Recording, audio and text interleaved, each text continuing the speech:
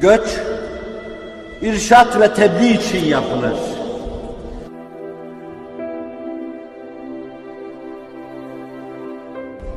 Hakkı anlatmak için.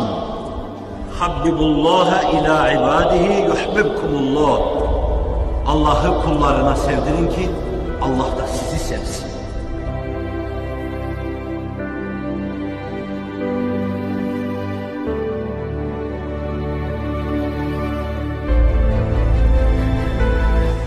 Hicret edin, hayat bulun.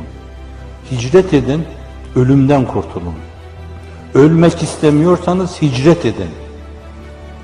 Canlı kalmak istiyorsanız insanlara hayat nefredin. Diri kalmak istiyorsanız başkaları için yaşayın.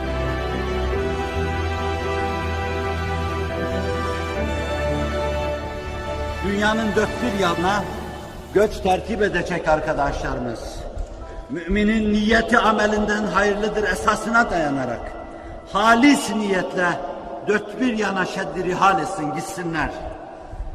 Bir iki asırdan beri istismar edilen bir dünyanın yeniden başkalarının eline düşüp istismar edilmemesi için inanan insanlar, bu ülkenin insanları gitsin, ticari sahadan iktisadi sahaya kadar, oradan irşat zeminine kadar bu insanlarla dostluk kursunlar ve bütün istismar kapılarını kapatsınlar.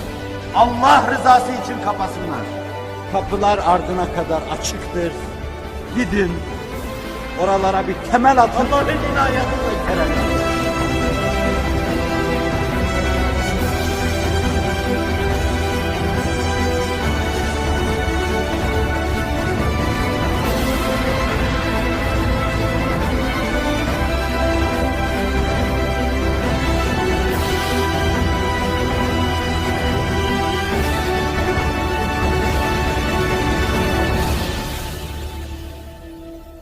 Siz dininizi neşretme, dininizi yayma uğrunda rızanızla göç yapmazsanız, siz ayaklarınızı sağlam bir yere basmak üzere göç yapmazsanız,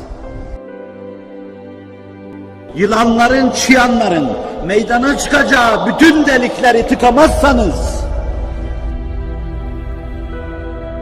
sürgüne maruz kalırsınız, tehcire maruz kalırsınız, yurdunuzdan, yuvanızdan edilmeye mahkum edilirsiniz. Yurdunuzda, yuvanızda kalsanız bile siz kendi yurdunuzda parya yaşarsınız.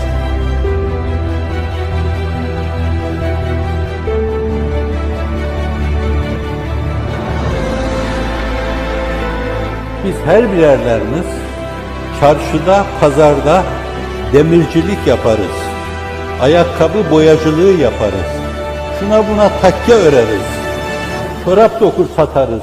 Allah'ın izni inayetiyle bu işi devam ettiririz. Ve Allah'ın yanında olduğu, zahir bulunduğu bir meseleyi dünyanın bütün şeytanları toplansa onun izni, müsaadesi olmadan engelleyemezler.